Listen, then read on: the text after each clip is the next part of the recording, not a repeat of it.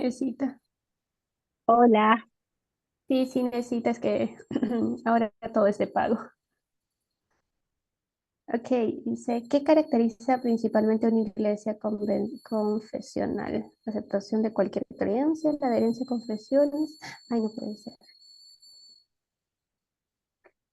La interpretación. Oh, oh.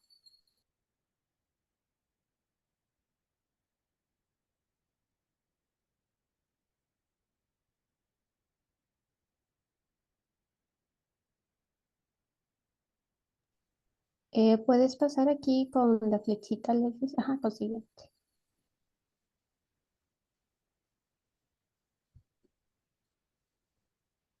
Recuerden que en el Kahoot de nuestras pantallas no nos van a aparecer simplemente las fichitas, así que hay que leer al toque las preguntas.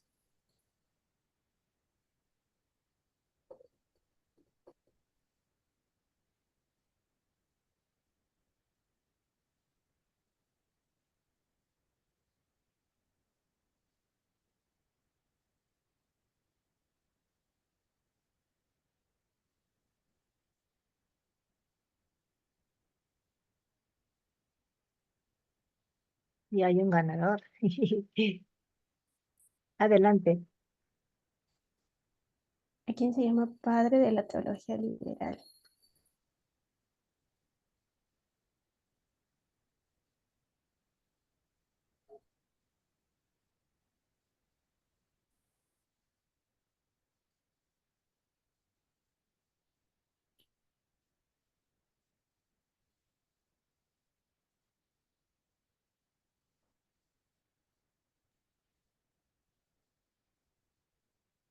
Basta, Andrés. Agárrate, Andrés, que te alcanzo.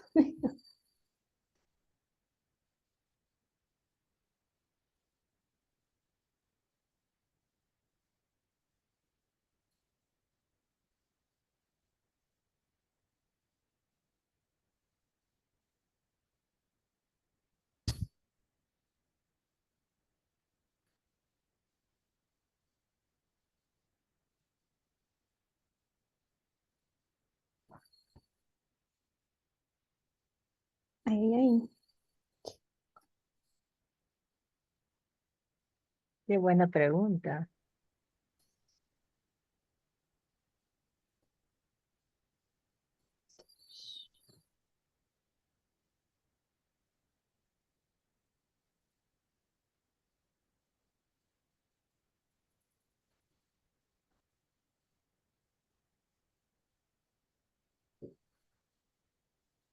Mm, según el catecismo.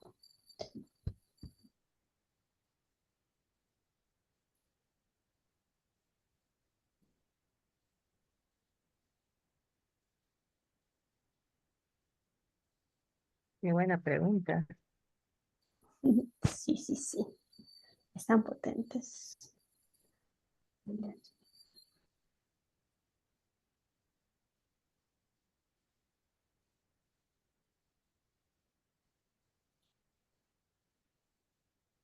Ujú.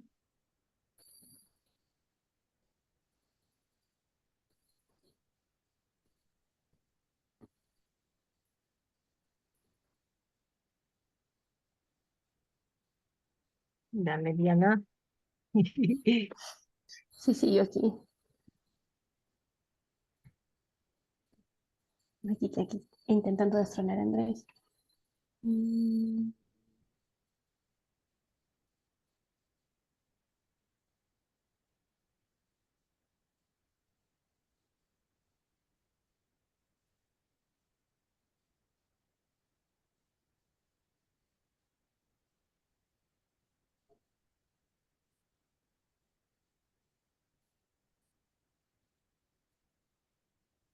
Buena pregunta.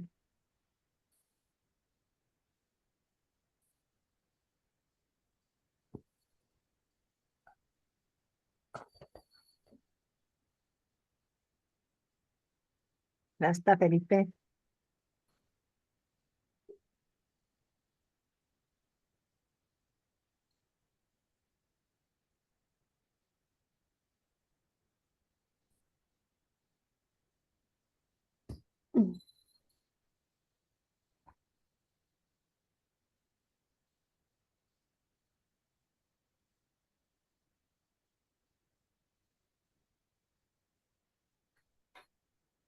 ¿Quién nos ganó? Andrés.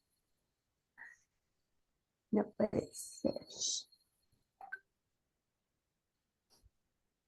Eh, Ya entonces, está. Qué bueno, Gracias, gracias. muy Muchas bueno, gracias. pastor, muy bueno. um, dejo de compartir esto, ¿correcto? Ya se han nominado aquí a los ganadores.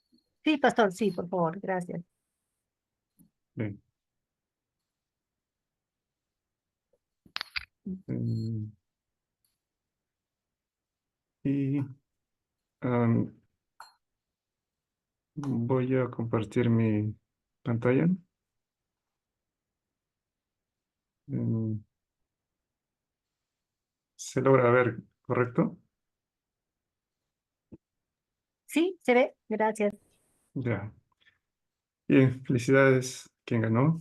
Me he preparado una diapositiva muy bonita como hermano Maki, pero espero pueda ayudar. Gracias por la invitación en este ministerio Ferment.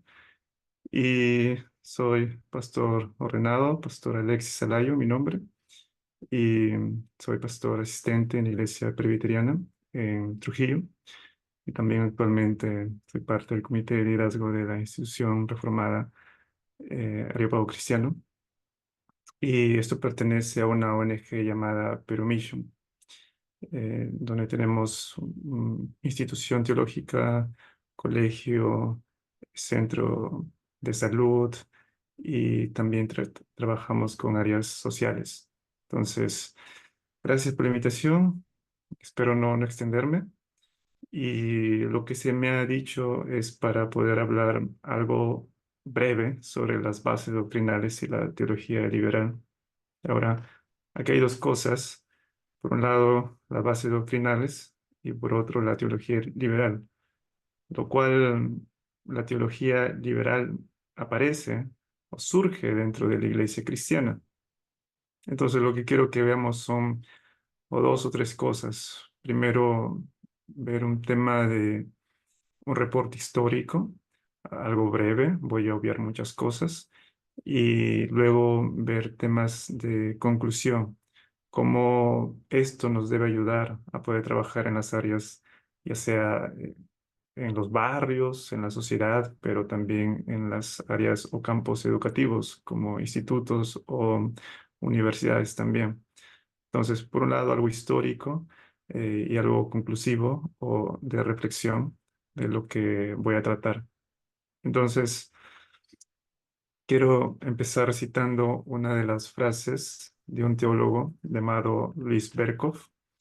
Y Luis Berkhoff, en su teología sistemática, en el capítulo 4, eso está en español, él dice lo siguiente: el dogmatista no puede proceder sobre la hipótesis de que el desarrollo doctrinal del pasado fue un gigantesco error y que por lo mismo tiene que comenzar su trabajo de nuevo, a causa de la frase en latín como de nuevo o empezar desde cero, desde la nada. Entonces, ¿qué es lo que está diciendo Luis Berkhoff, ese teólogo holandés, en su documento? De que el dogmatista o el teólogo sistemático o el teólogo que está desarrollando una doctrina cristiana bíblica, no es que debe, no es un consejo. Él está diciendo, no puede proceder sobre la idea, sobre la hipótesis de que el desarrollo doctrinal del pasado fue un gigantesco error. Es decir, Luis Berkhoff no debe trabajar o no puede proceder con la idea de que yo en siglo tal, 18, 19, 20, voy a escribir una teología sistemática reformada, cristiana, bíblica, asumiendo la idea de que todo lo que me precede, todo lo que se ha escrito anteriormente, es un completo error. Porque esto muestra, por un lado, nuestro orgullo o la poca humildad. Porque ¿qué estamos diciendo con esto? De que aquí no se equivocó. de que Anselmo se equivocó, o de que Atanasio, San Agustín o los padres de la iglesia se equivocaron. ¿Qué significa esto? O incluso el mismo hecho de no poder adquirir literatura teológica antigua, ya sea patrística, medieval, escolástica, reformada. ¿Qué estamos diciendo con este rechazo del conocimiento doctrinal que se ha tratado anteriormente? Que el Espíritu Santo, que a mí me puede iluminar, capacitar, orientar, guiar, no puede hacerlo con generaciones pasadas. O incluso, desde que yo he llegado a la fe y comienzo a escribir mi dogmática, mi teología sistemática, pues es ahí donde empieza realmente la iglesia, por así decirlo. Entonces, todo lo anterior es completamente erróneo, se han equivocado y no hay nada que se pueda aprender de ellos. Así que Luis Berkov nos dice que eso sería un gigantesco error. Entonces, todo dogmático, si queremos tener bases doctrinales, deberíamos asumir que Dios, bajo el Espíritu Santo, ha guiado a personas, a personajes, a escribir teología sistemática o doctrina ya. Así que si el mismo Espíritu que yo, que a mí me da cierta llamado a confesar mis pecados, que el mismo Espíritu me conmueve a creer en el Señor, que el Espíritu Santo me exhorta a aprender más de la palabra, etcétera, etcétera. También es el mismo Espíritu Santo que ha operado siglos, décadas, años anteriores. Entonces, rechazar completamente todo lo que se ha escrito sería un gigantesco error, pero también diríamos que es una evidencia de nuestra débil humildad. Entonces, aquí Luis Berkos nos aconseja al lector de su documento de que todo lo que se trabaja como doctrina deberíamos tomar a consideración lo que se ha trabajado anteriormente. Entonces, si quiero aprender algo de la doctrina, por ejemplo, de la Trinidad, podría apelar a estudiar los trabajos que ha desarrollado San Agustín de Hipona. Él tiene un libro sobre la Trinidad. O pensar en Tomás de Aquino, un gran personaje que ha escrito su teología sistemática, como la Suma Teológica, o de la era reformada, como Juan Calvino. Entonces, no debería suponer que yo empiezo desde cero, o de nuevo, o como usa la frase en latín, un trabajo de nuevo. Hay otra cita del mismo libro de Berkov, en su teología sistemática, que dice que la teología sistemática busca dar una presentación sistemática de todas las verdades doctrinales de la religión cristiana. Aquí hay tres cosas para decir: que la teología sistemática o las doctrinas bíblicas o fundamentales busca dar una presentación ordenada, lógica o sistematizada. ¿De qué? En segundo lugar, dice, de todas las verdades doctrinales. Así que no solamente una presentación ordenada, sino una presentación ordenada de todas las verdades doctrinales. Así que no empezamos estudiando escatología, no concluimos estudiando eclesiología o teología propia o cristología. Hay un orden en las doctrinas fundamentales básicas a lo que se llama la teología sistemática. La teología sistemática busca mostrar un orden lógico. Empezamos con escritura, con teología propia, con antropología, con soteriología, con eclesiología y terminamos con eclesiología. Pero esto no solamente debe ser una respuesta ordenada, sistematizada de todas las verdades doctrinales, sino también de la religión cristiana.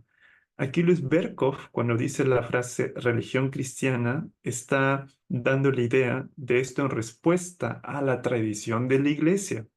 Así que una persona podría decir, yo no creo en la Trinidad porque la Trinidad no se encuentra en la Biblia. Y es correcto, en un sentido, no se alarmen, en un sentido la palabra Trinidad no existe o no se encuentra en la Biblia. Pero sí, eso significa que no sea bíblico, no. La Trinidad lo encontramos en todo el desarrollo en las Sagradas Escrituras. Pero sí es cierto que no encontramos la palabra Trinidad en algún pasaje de la Biblia. Eso es cierto. Pero ¿qué significa esto? Que ya personajes anteriores, como Tertuliano, por ejemplo, él promovió o desarrolló esta palabra técnica de Trinidad. Entonces, cuando estudiamos la doctrina de la Trinidad, no estamos pensando solamente que es algo que ha aparecido desde ahí nada más, de la época de la Reforma medieval, escolástica, sino que todo lo que desarrollamos viene también de la tradición de la Iglesia. Ahora, es un punto a tratar, que no lo voy a tratar ahora, pero la tradición de la Iglesia es algo saludable, recomendado, bueno, o todo lo que ha enseñado la tradición debemos dejar a un lado. Y es, por ejemplo, la tradición de la Iglesia enseña de que a la Biblia lo llamamos Biblia. Eso es parte de la tradición de la Iglesia cristiana. No es que en un pasaje de la Biblia encontramos que este documento de 66 libros le llamamos Biblia, pero muchos evangélicos que rechazan la tradición de la iglesia no se dan cuenta que muchas cosas que hablan, enseñan, son parte de la tradición de la iglesia. Un último ejemplo, el Evangelio según San Mateo. En ningún momento encontramos que el apóstol Mateo escribió el Evangelio según San Mateo. Eso es parte de la tradición de la iglesia cristiana. Ahora, ¿eso es bueno, malo, saludable, recomendado? Bueno, temas de criterios, pero Luis Berkman nos dice tres cosas: que las doctrinas fundamentales debe ser una presentación lógica, sistematizada. En segundo lugar, presentar todas las doctrinas verdaderas, pero además teniendo en consideración la tradición de la Iglesia cristiana. Con el tiempo, se han escrito distintos documentos sistemáticos donde han mostrado las doctrinas fundamentales y podemos dividirlo en tres partes. Esto es parte de un curso que dicto de teología sistemática. Y en tres partes me refiero de que podríamos hablar de doctrinas fundamentales o una teología sistemática, tanto simple, moderada o extensa. ¿Qué quiero decir con esto? Me refiero a términos de volumen, de cantidad. Por ejemplo, cuando me refiero a teología o doctrinas fundamentales simples, me estoy refiriendo a la cantidad de escrito. Por ejemplo, tenemos el credo apostólico. El credo apostólico será un ejemplo de una teología sistemática breve, simple. ¿Qué otro ejemplo podríamos dar de una teología sistemática breve o, como estoy diciendo, simple? ¿Qué ejemplo otro podríamos dar aparte del credo apostólico? ¿Qué piensan? ¿O solo el credo apostólico sería el único ejemplo? ¿Creen que hay otro ejemplo? ¿Alguna confesión de fe? Por ejemplo, ¿cuál? No sé, cualquiera, todas. O sea, No, pero dime una. Tenemos el mm, credo apostólico. ¿Qué más? Tenemos, por ejemplo, el credo niceno-constantinopolitano. Eh, Tenemos el credo de Atanasio. Entonces, tenemos esos credos que son cortos, incluso podríamos hasta hacer el esfuerzo de memorizarlos, pero resumen las doctrinas fundamentales. Es una teología sistemática breve. A eso me refiero con algo simple, algo que incluso podríamos resumirlo o recitarlo. Tenemos otra parte que podríamos llamar una teología sistematizada moderada. Me estoy refiriendo del volumen y cantidad. Un ejemplo que estoy mostrando en la pantalla es el Catecismo de Heidelberg. Es un documento de herencia reformada, escrita por dos teólogos en la era de la Reforma, en la primera generación. Pero, ¿qué otro ejemplo podríamos tener de una teología sistematizada moderada, como el Catecismo de Heidelberg? ¿Qué otro ejemplo piensan?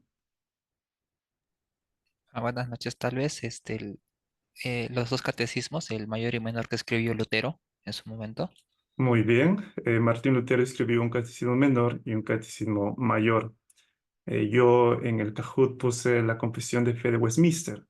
La Confesión de Fe de Westminster sería también otro ejemplo de una teología sistematizada moderada, porque no es tan extensa, pero tampoco no es breve.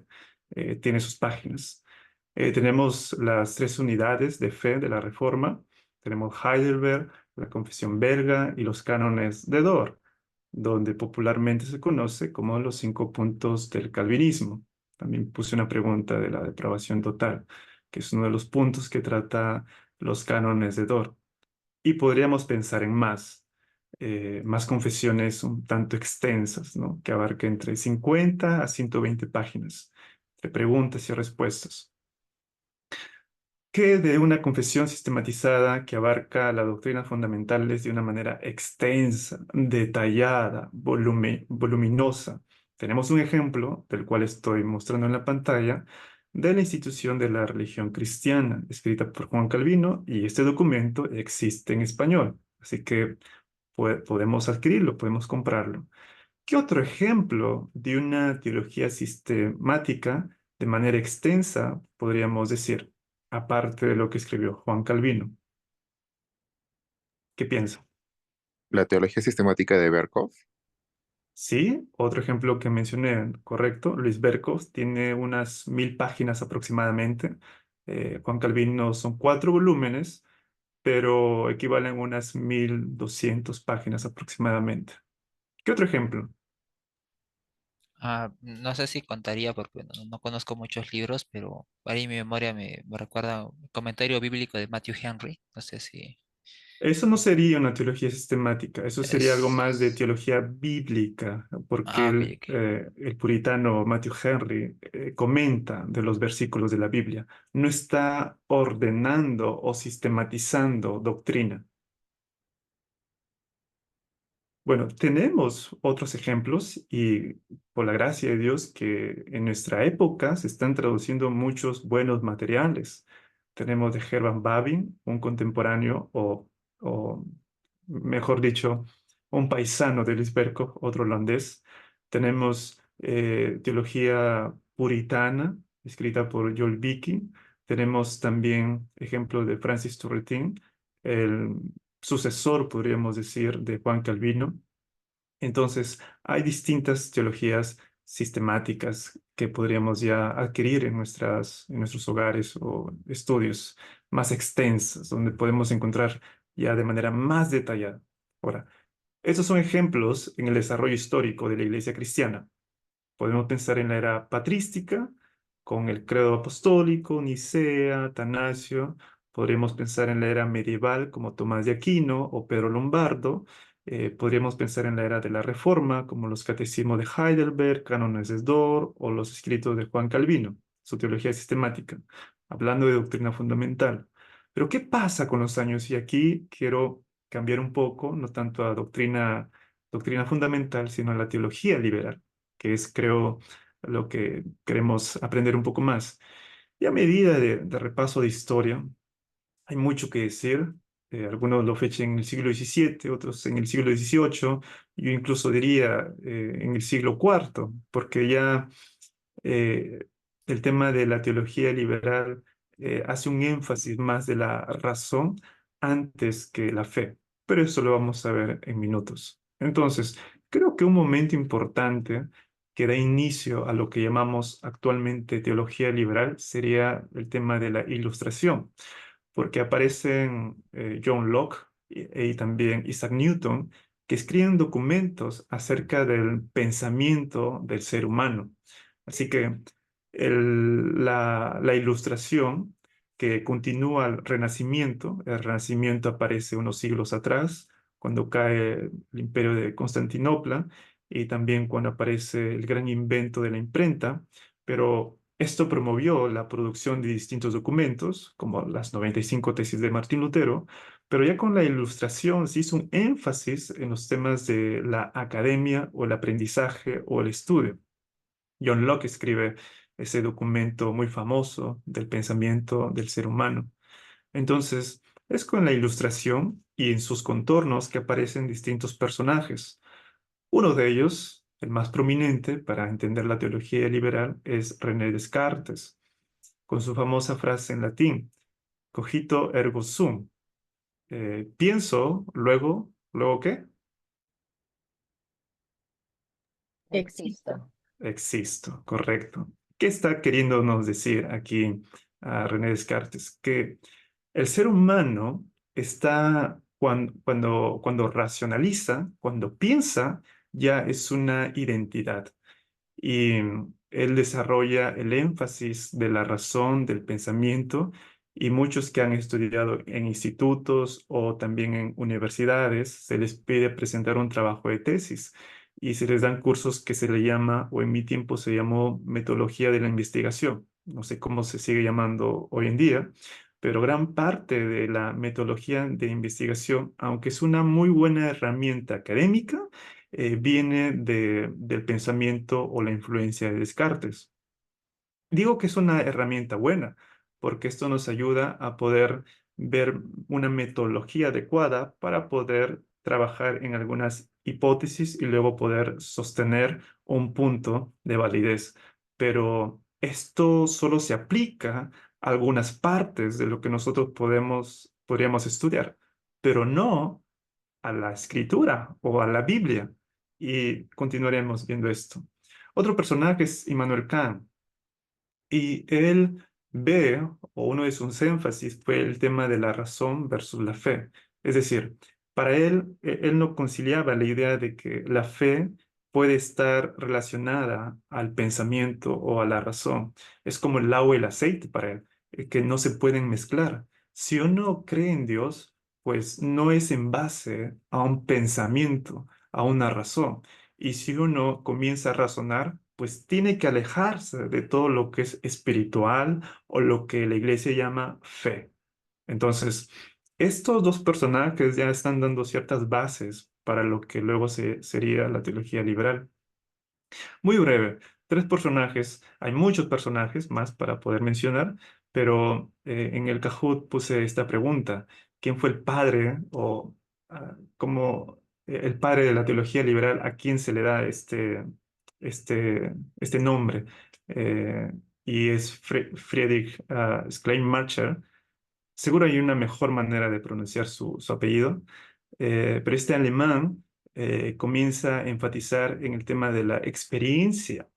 Así que no solamente es un lado de la razón que debe estar alejada o separada de la fe espiritual, sino que Friedrich está hablando más sobre enfatizar el tema de la experiencia personal individual que una persona tiene en relación con Dios o las cosas relacionadas a Dios. Entonces, él veía más este énfasis de la experiencia que uno puede tener con el Espíritu, con Dios, en su vida personal, privada.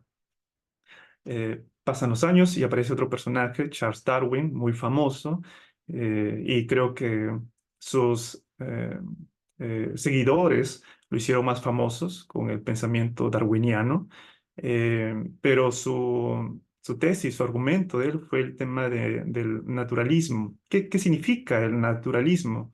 Él veía que todas las cosas solamente se pueden interpretar por medio de la naturaleza misma. Hay métodos que nos ayudan a entender cómo funciona la misma naturaleza en donde vivimos.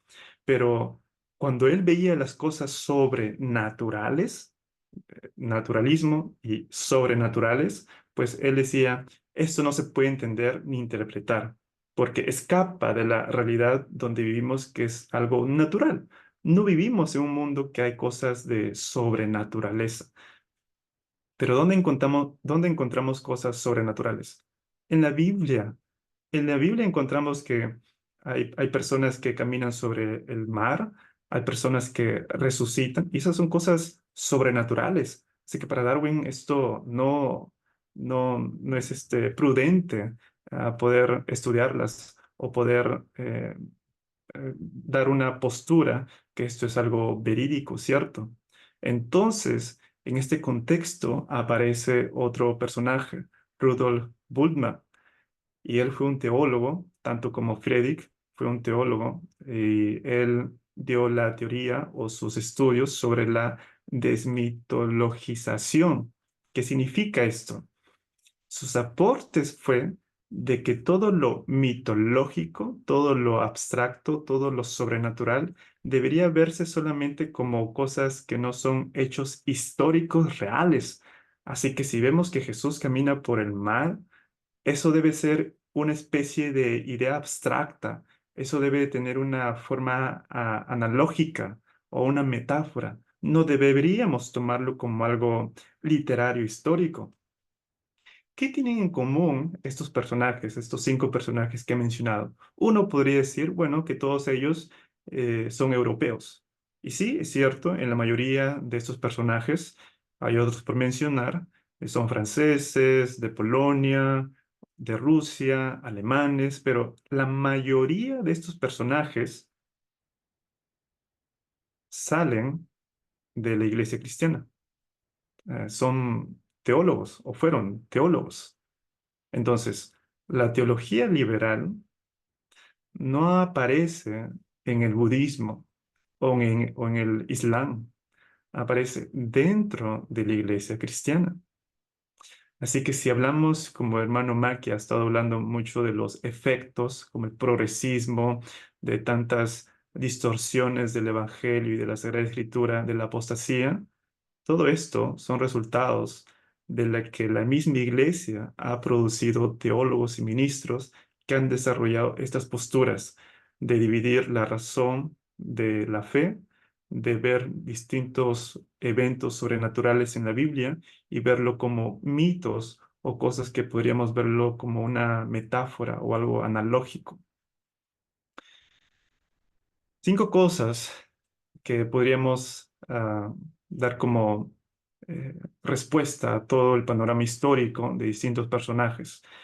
Uno es que en este desarrollo histórico se ha desarrollado la exaltación de la razón humana. Eso es bueno. Diríamos que la razón humana es algo bueno. Dios nos ha dado conocimiento, un cerebro para ejercitarlo. Eso es bueno. Pero el punto de la teología liberal ha visto tanto la exaltación de la razón humana antes que la fe. ¿Por qué? Porque la fe en la Biblia nos dice que la fe es un don, un regalo. Somos salvos por gracia, pero también la fe es un don, es un regalo. No producimos fe salvífica, es un regalo de Dios. Entonces, la teología liberal rechaza esto y enfatiza más la razón humana, el esfuerzo humano. En segundo lugar, el escepticismo hacia la escritura.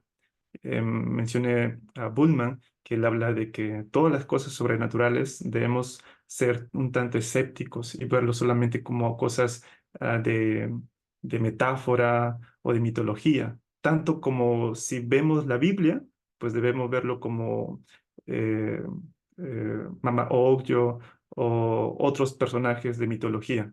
Así debemos ver la escritura. Entonces ha crecido un escepticismo acerca de la Biblia. Otro aspecto más es el énfasis de la experiencia humana. Entonces, si a mí me ha pasado esto personalmente, pues esto es real y debo vivir de esta manera. Y eso aún existe en muchas iglesias evangélicas, quizás en algunos más equilibrados que otros, pero aún me topo con personas que me hablan de cosas, de experiencias espirituales que han tenido. Ahora, todo cristiano ciertamente tiene una experiencia con el Espíritu Santo cuando ha llegado a la fe, que lo ha llevado a llorar, a decir algunas palabras, etcétera. Pero cuando estoy refiriéndome al énfasis de la experiencia humana, es el rechazo de un estudio del griego, del hebreo, de teología sistemática. Digo, yo no quiero leer Juan Calvino, su teología sistemática. Yo no quiero leer la teología sistemática de Luis Berco, o no quiero saber nada de historia. No quiero aprender más porque es suficiente con la misma experiencia que yo tengo. Entonces, estamos rechazando el tema educativo que encontramos en distintos documentos o libros. ¿Qué más? La reinterpretación doctrinal. Entonces, cuando Luis Berkhoff está diciendo que sería un error gigantesco no considerar lo que se ha escrito anteriormente, está viendo este punto de que muchos decimos, bien, todo lo que se ha escrito anteriormente, Juan Calvino, Martín Lutero, San Agustín, Atanasio, todo se han equivocado. Entonces, ¿qué hacemos? Creamos algo nuevo. Reinterpretamos la doctrina que se ha escrito anteriormente acerca de la Trinidad, encarnación, etc. ¿Y qué más? Acomodación cultural. ¿Por qué surge la teología liberal? Porque aparece un nuevo movimiento que podríamos llamar la Ilustración, el Renacimiento. ¿Y qué hace la Iglesia cristiana? Comienza a acomodarse cómo se encuentra la cultura, la sociedad. Y hermanos, eso es lo que sucede hoy en día, como el hermano Maki ha estado mencionando. Decimos que la música o algunos ejemplos que he mencionado de cosas que el mundo hace, pues la iglesia cristiana también debería hacerlo también y seguir acomodándose al ritmo y a los tiempos de la cultura en donde vivimos. Entonces, estos son resultados de la teología liberal. Quiero ahora enfatizar algunos puntos conclusivos o de reflexión. En primer lugar, el tema de que deberíamos ser cristianos confesionales. ¿Qué significa esto? Que debemos estar adheridos a una confesión de fe. Dígase, si uno quiere tomar una postura bautista, debería estar suscrito o adherido o aprender de la confesión bautista.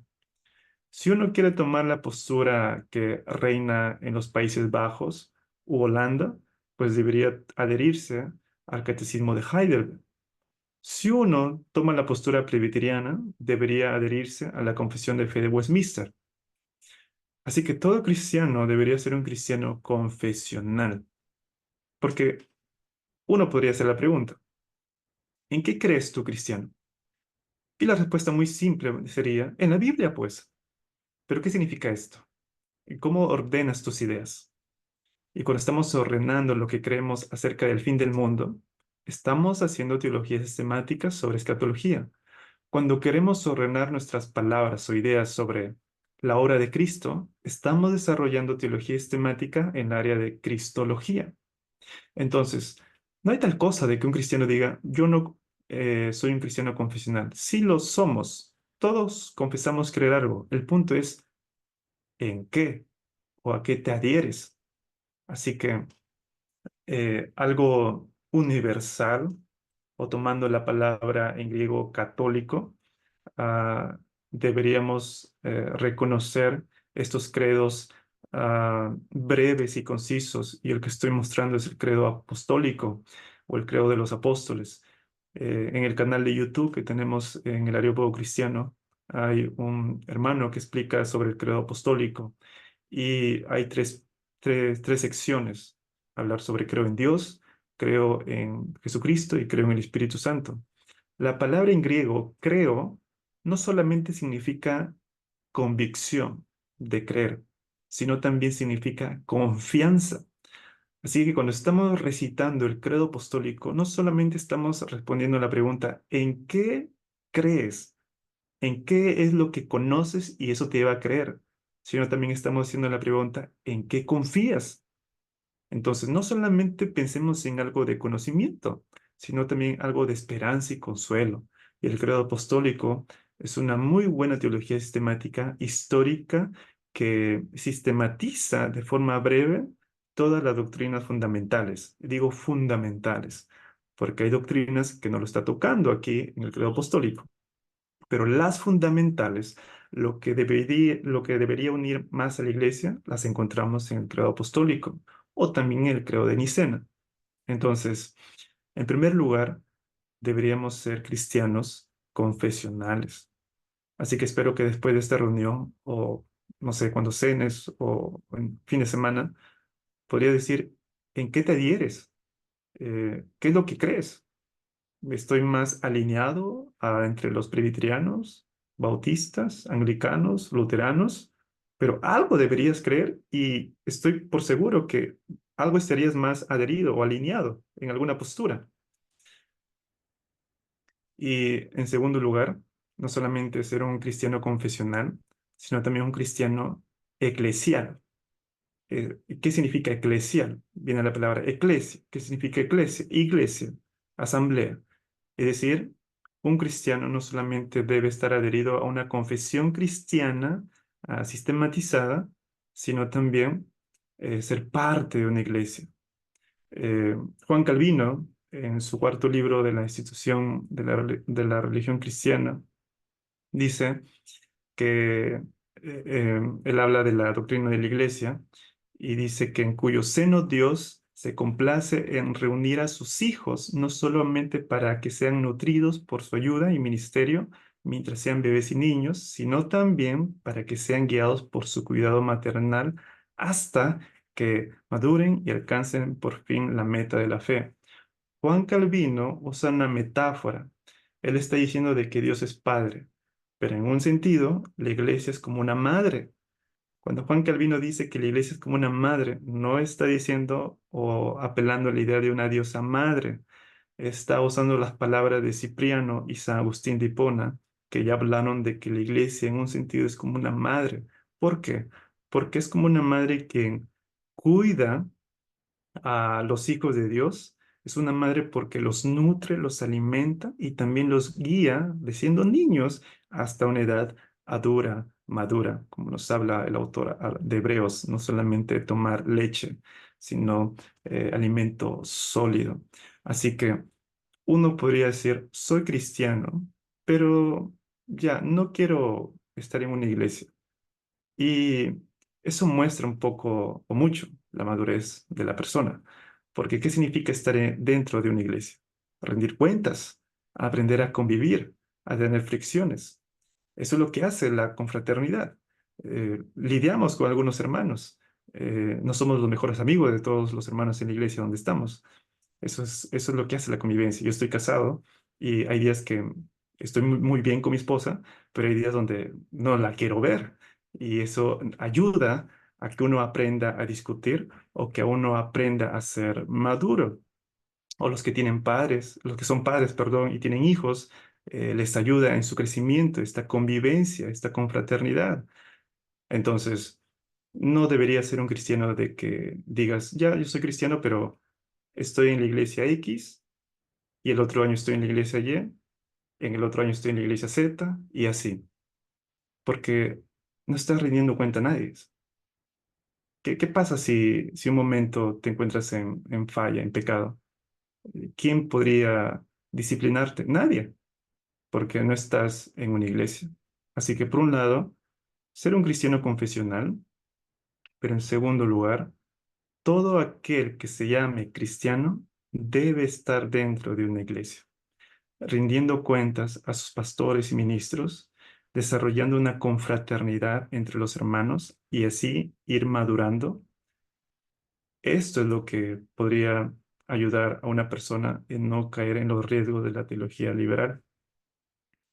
Y tercero y último, ser un cristiano confesional, eclesial, pero también un cristiano teólogo.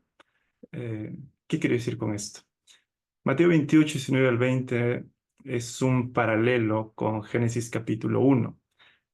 Algunos han llamado Mateo 28 como la Gran Comisión y Génesis 1 el mandato cultural. Pero a veces lo que hacemos mayormente es dividir el Antiguo Testamento con el Nuevo Testamento. Pero nunca la Biblia se divide en dos. La Biblia es solo un documento. La Biblia es solo un libro que empezó escribiendo Moisés y terminó escribiendo Juan en Patmos. Es solo un documento. Así que lo que llamamos la Gran Comisión está en relación al mandato cultural en Génesis 1. Génesis 1 nos dice, fructificaos y multiplicaos. Mateo 28 es el contexto, la resurrección. El Señor Jesús va a ascender y va a dejar a su iglesia a que siga predicando el Evangelio a todos los rincones del mundo, empezando en Jerusalén. ¿Y qué les dice? Por tanto, id.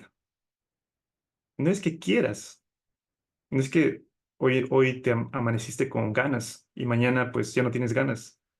No está condicionado a lo que tú sientas. El Señor Jesús dice, id, es un mandato, así que no es negociable. Id y qué? Y haced discípulos, siervos, aprendices a todas las naciones que bautizándolos. ¿Por qué el bautismo? Porque el bautismo es la señal iniciativa de un cristiano. Verás, mayormente en la iglesia del antiguo pacto de Israel, la forma de iniciación en una comunidad de iglesia, podríamos decir, en el antiguo pacto con Israel, era la circuncisión.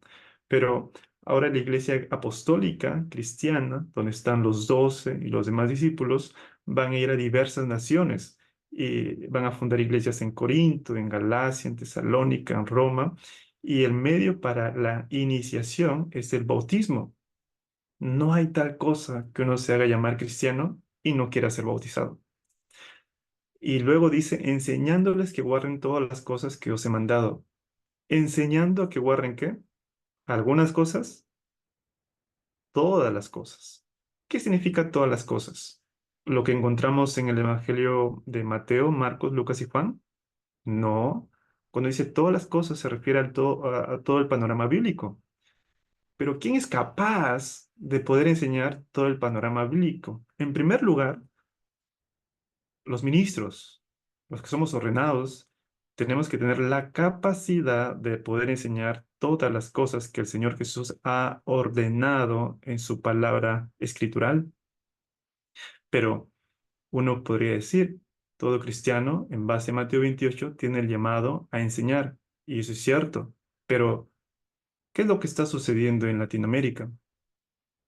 Mayormente en la iglesia evangélica, porque en la Iglesia Católica Romana no sucede esto. Solamente los únicos que enseñan en la Iglesia Católica Romana son ministros, son ordenados. Hay toda una jerarquía ahí, pero hay tantos misioneros que ellos envían que son capacitados en distintos seminarios o institutos. Pero ¿qué pasa con la Iglesia evangélica? Pues solamente aparece que una persona tiene ganas de enseñar, pero no hay preparación. Entonces, si no hay preparación, no hay estudio, ¿qué rayos vamos a estar enseñando? Algo deficiente. Y si no estamos enseñando de manera sana, doctrina sana, o dando buenas herramientas, pues no estamos edificando. El Señor Jesús dice, enseñándoles que guarden todas las cosas. Eso implica estudiar, aprender teología.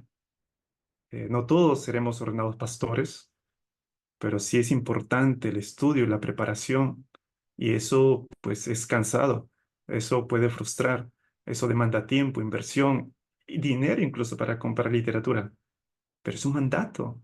Hay un documento del autor llamado Art Sproul.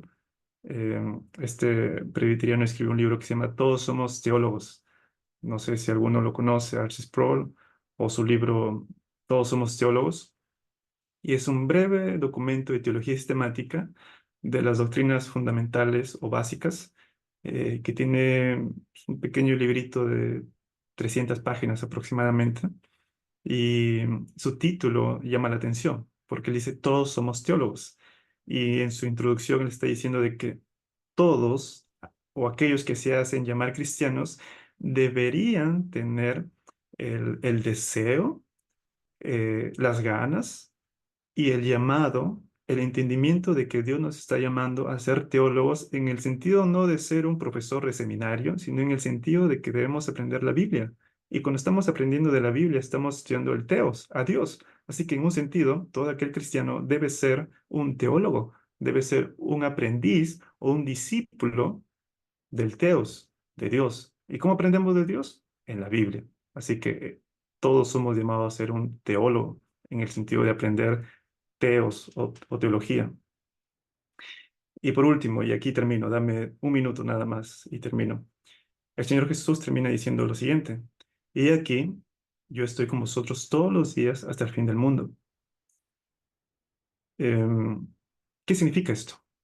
Uno podría decir, significa que el Espíritu Santo mora en nosotros, porque es el Espíritu, la tercera persona de la Trinidad que está con nosotros. Él es el otro consolador.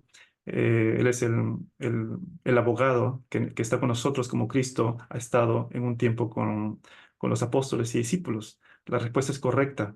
Sí, cuando Jesús está diciendo todos los días de tu vida, de tus días, puede estar contigo, sí está aludiendo a la idea del Espíritu Santo, pero también está refiriéndose a la participación dominical.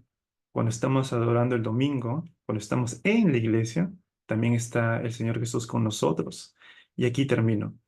El hermano Maki citó este pasaje en Mateo de que las puertas del Hades no prevalecerán. ¿Qué significa esto? La imagen que el Señor Jesús está diciendo es que el Hades es como una ciudad que está en guerra y tiene sus puertas gigantes.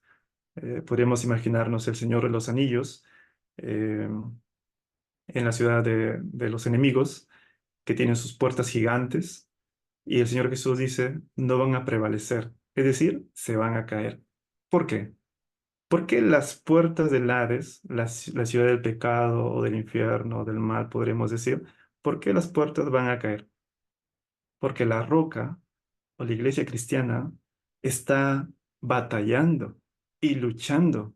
Así que no tengamos una postura negativa de que hay muchas cosas malas que están apareciendo como el progresismo, ideología de género, el aborto, tantas cosas tontas y absurdas que están apareciendo y nos desanima a nosotros, sino que si el Señor Jesús ha dicho que estará con nosotros, pues, pues ¿quién contra nosotros?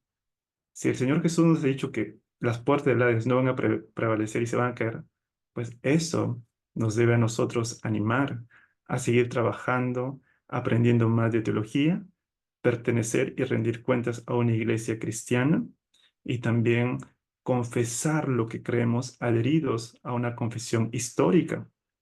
Y esto nos anima, hermanos, a poder extendiendo el reino de Dios aquí en la tierra a toda tribu, lengua y nación. Gracias por su tiempo.